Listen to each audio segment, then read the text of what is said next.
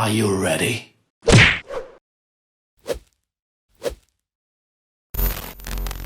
Asalaamu calaykum saaxiibada ku xiran kanaalka soo laabasho wanaagsan. Muuqaalkeena maanta wuxuu ku saabsan yahay typing ama hab qorista degdega ah. Haddii aad dhib ku qabtay in kombiyuutarkaaga si degdeg ah aad wax ugu qorto, maanta kadib waxaad awoodi doontaa xaraf walbo inaad qorto adigoon keyboardkaaga fiirin. Waxaa jira dhowr website lagu barto typingka. Waxaa idinla wadaagi doonaa 3 ka mid ah ugu fiican. Haddii aan ku bilowno kan ugu horeeyo, waxaad search gareysaa typing.com.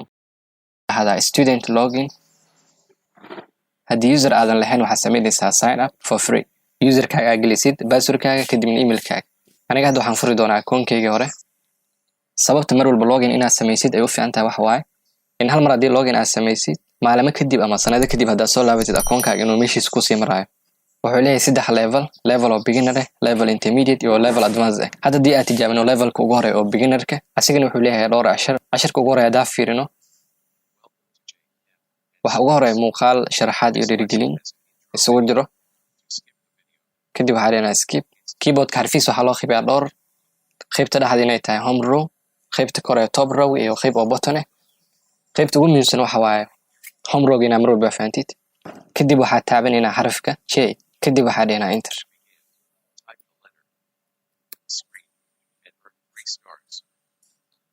hadda waxaa u gudubnay qaybta labaad. waxaa dhehnaa next. markale waxaa taabanaynaa xarafka F. kadib enter.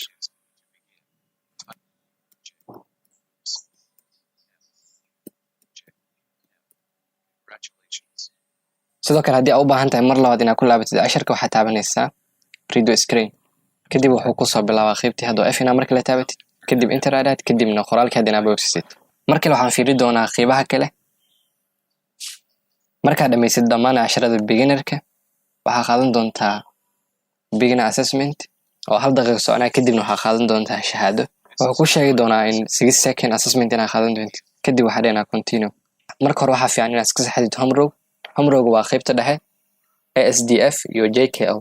sidoo kale home row waxaa gacmahaaga ku aadisan kartaa xitaa adigoon fiirin keyboardkaaga. sababtoo F iyo J waxay leeyihiin 2 lines. F iyo J hal mar haddaad ku aadisid, sidoo kale waxaa saxmaya ASDF inaad ku aadisid iyo JKL. hadda haddii aan ku tijaabin assessmentigan, waxaa ku aadinay F iyo J.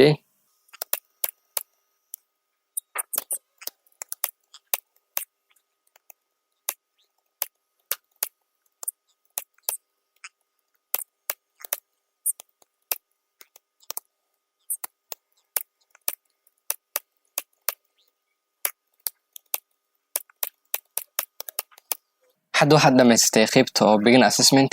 kadib waxaad samaysan kartaa in shahaadadaada la soo baxdid. sidoo kale intermediate kaasina wuxuu ka kooban yahay dhowr cashar. markaa dhammaan aad dhamaysid kadib waxaa aadi doontaa qaybta oo intermediate assessment. 2 daqiiqo kadib waxaa qaadan doontaa ayadana shahaado. sidoo kale waxaa jira advanced assessment, asina wuxuu ka kooban yahay dhowr cashar. asigana markaa dhamaysid waxaa qaadan doontaa advanced assessment oo 3 daqiiqo ah. kadib waxaa qaadan doontaa shahaado. sidoo kale website-ka qaybaha kale ugu muhiimsan waxaa ka mid ah inuu leeyahay qayb oo problem keys, xarfaha adiga kuga adag ama xarfaha adiga mar walba ku dhibo inaad si gooni u baran kartid. waxaad taabanaysaa your problem keys. kadib waxaa qaadan doontaa 2 xaraf ee kugu dhibka badan ama 3 xaraf kugu dhibka badan ama 4 xaraf ee kugu dhibka badan. sidoo kale website-ka wuxuu leeyahay achievements. haddii aan fiirino typing speed-ka 34 sano waxaa keenay 2 sano ka hor, 50 kana 2 bil ka hor.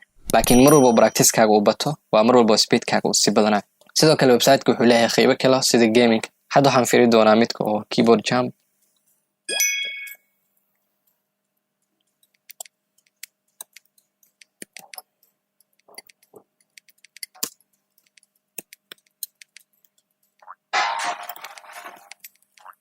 haddii 3 mar qaladid wuu soo dhici doonaa. sidoo kale gameska uu leeyahay waxaa ka mid ah nitro typing, in gawaari lagu tartamo. haddii qof cusub aad tahay ama new user, waxaad soo dhihi doontaa get start. kadib waxaad geli doontaa emailkaaga iyo passwordkaaga. kadib wuu ku shaqayn doonaa. laakiin anaga haddii user ku leenahay waxaa dhehnaa login. kadib waxaa dhehnaa login with Google. kadib waxaa dhehnaa raise now.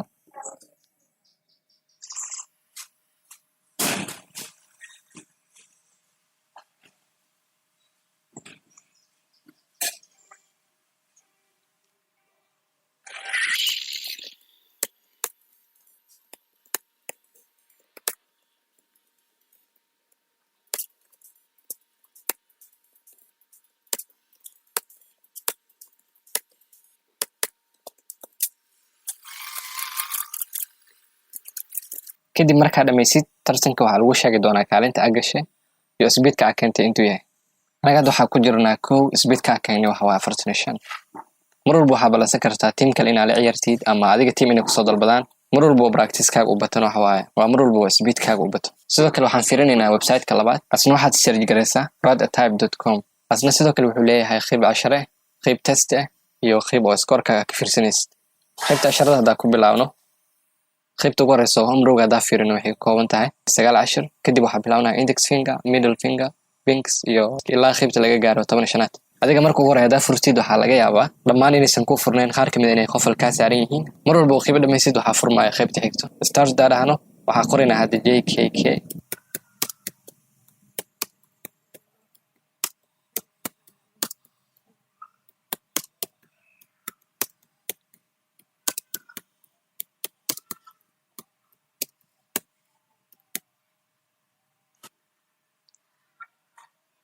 hadda waxaa dhamaynay qaybta koowaad.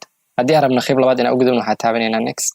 haddii 3 qalad ama wax ka badan aad samayso ma gudbi doontid ilaa aad kaga soo laabatid oo qaladkaas aad ka saxdid. hadda haddii aad tijaabino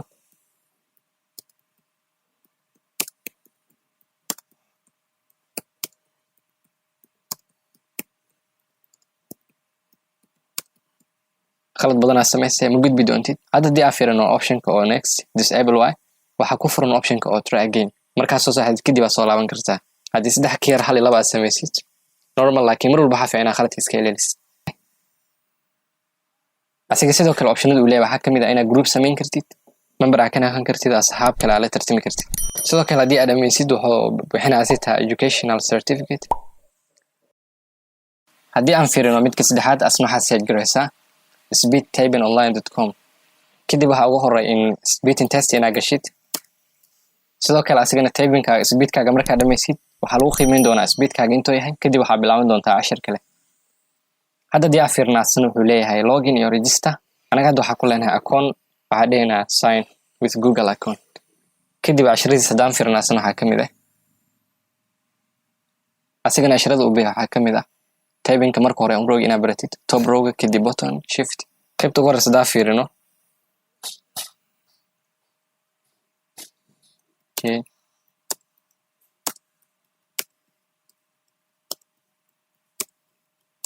gaming uu leeyahay waxaa kamid ah alphabet, falsifier typer iyo typing razor. hadda waxaa tijaabinaynaa kan ugu horeeyo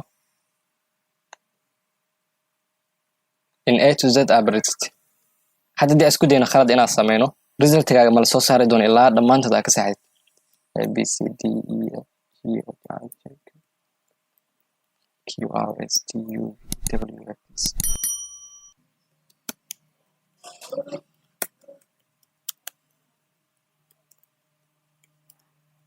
kadib markaa dhammaysid waxaa arki doontaa score result in 6 ilbiriqsi ku dhamaystay A to Z. typing speedkaaga yahay 48 word per minute.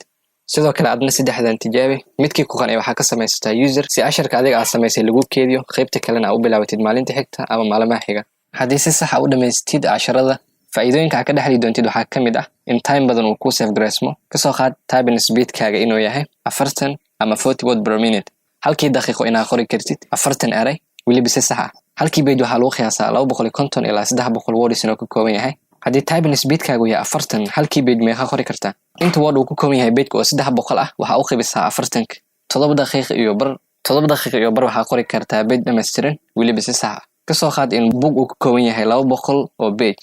200 oo page waxaa ku dhufataa 300 oo ah characterka page walba. kadib waxaa u qaybisaa 40 oo ah 1500 oo minute. 1500 oo minute waxaa ka dhigaynaa hour. convert minute to hour 1500. haddii speedkaaga uu yahay 40 word per minute page 200 ka kooban waxaa qori kartaa 25 saacadood. kuwan haddii typing speedkaaga uu yahay 50 200 waxaa ku dhufataa 300 waxaa u qaybisaa 50 1200 waxaa ka qori kartaa hal book oo 200 oo page ka kooban weliba si sax ah wax ka yar hal maalin. faa'iidada kale ugu muhiimsan ee heli doontid waxaa kamid ah adigoo arrimo kale isku wato sida adigoo wax fiirsanaya ama dhageysanaya inaad note qaadan kartid. faa'iidooyinka kale waxaa kamid ah la qabsigii hore inaad iska dhaafi doontid sida in xarafka aad qoraysid mar walba aad fiirisid ama xarafka keyboardka ka dhex raadisid iyo faa'iidooyin kale oo badan. haddii aad ka faa'iiday la wadaag asxaabtaada kale si ay ayaguna uga faa'iidaan. sidoo kale ha ilaawin inaad ka mid noqoto saaxiibada ku xiran kanaalka.